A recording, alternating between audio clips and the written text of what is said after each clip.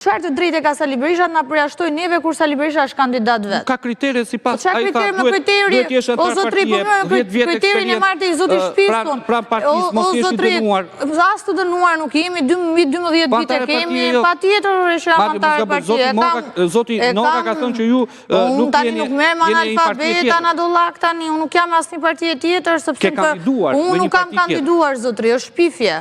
Dërgoj një dokument ku kam kandiduar. Unë nuk kam qenë kandidate asnjë partie për zgjedhje, që ti është i qartë ti publiku kundrejt çdo shpifje. Ai është një opinion, një vendim që e mori zoti Sula në një moment dhe për 2 ditë ka sqaruar me deklaratë publike. Pastaj se si do analfabeti i Partisë Demokratike që se voton as shtëpia vet dhe nuk i këndot në kukës, është çështje e tij, nuk është çështje ime.